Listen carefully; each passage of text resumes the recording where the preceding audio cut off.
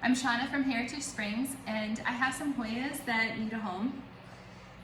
I don't remember why these are not attached to their plant anymore. I can't remember if I knocked them off or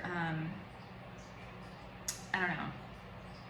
I don't think I cut them on purpose. Anyway, they've been waiting to get potted, so I thought I would show you how to do it. This is called Crimson Princess. You can see on the back there's like some pink on the stem. Can you see that? Let me see. Yeah, right there. There's some pink on the stem, and occasionally these throw off pink leaves, and they're really pretty. But I've shown you a lot of like propagation methods with stems and things like that. So this one, I'm just gonna show you, like, you don't have to have a stem to make this work. You can just lay these on, see, they're like kind of like their own plants. Each one is their own separate plant. You can lay these on a substrate and they'll grow roots here. If you're lucky enough to have a stem, which I am in this case, you can use it to anchor the plant, but it doesn't, like, roots aren't going to grow from that part. So, alright, so I'm going to make 2 of these,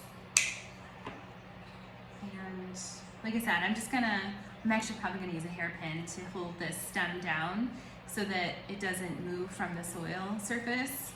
But yeah, so I'm just going to take, this is like a little 3-inch pot, and I have, Hoyas like really well draining soil.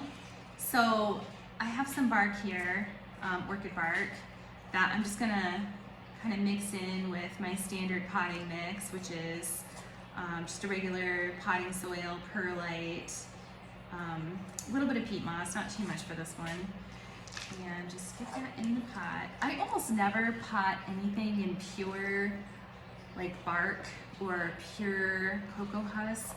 I have done it before, and I just find it's, I don't know, it doesn't work that well for me. I like to have a little bit of soil in there as well. And I think as long as you have a little bit of soil in there, your plant's going to get the moisture that it needs. It's just really hard for your plants to get all the moisture and nutrients they need when it's just in bark, especially in an artificial environment that you're creating. It's not out in nature somewhere where, you know, God put the plants there on purpose and He's taking care of them.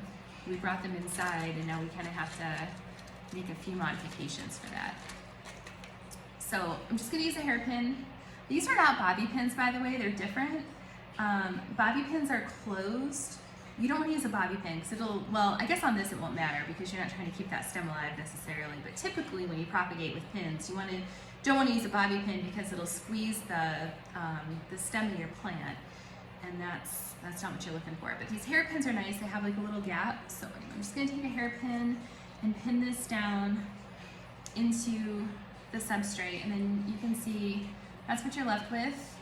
And that'll grow roots, and you'll have another Hoya. So Crimson Princess is really pretty. I used to not like Hoyas very much, and all of a sudden, I don't even know what changed my mind, but for whatever reason, suddenly I was like, you know what?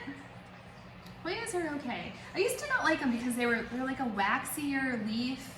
And, you know I've mentioned before, I like my plants a little bit more flowy and delicate.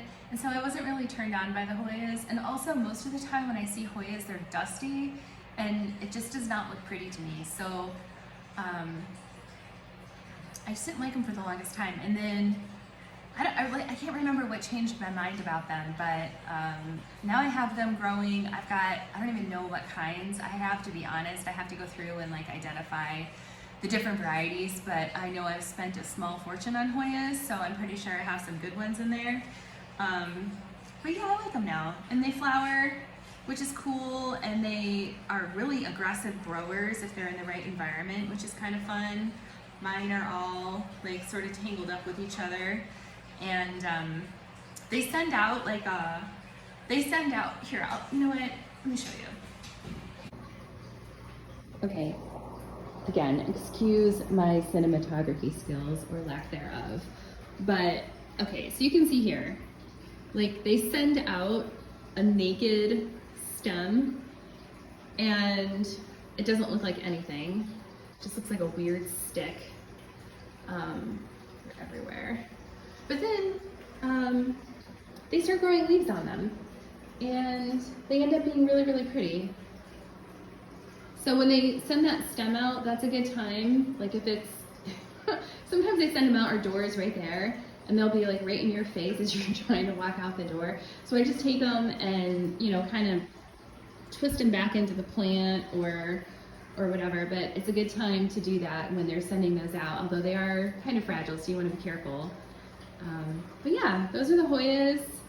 If you spot any varieties that you know, like I said, I am in need of identifying these guys, so feel free to drop a comment. But they're super fast growers, they're pretty. I like them now. Mine aren't dusty. Make sure that they stay relatively clean. Okay, so that's it. I've got 2 Crimson Queens here, and these will be on my website once they get rooted, which will be, you know, I'll probably put them on in a month or 6 weeks or whatever, as soon as they're established enough to ship. You can always pick up too. Oh, speaking of picking up, if you're in the local area, so I live in Catharpin, Virginia, which is Northern Virginia, near, you know, DC, Maryland.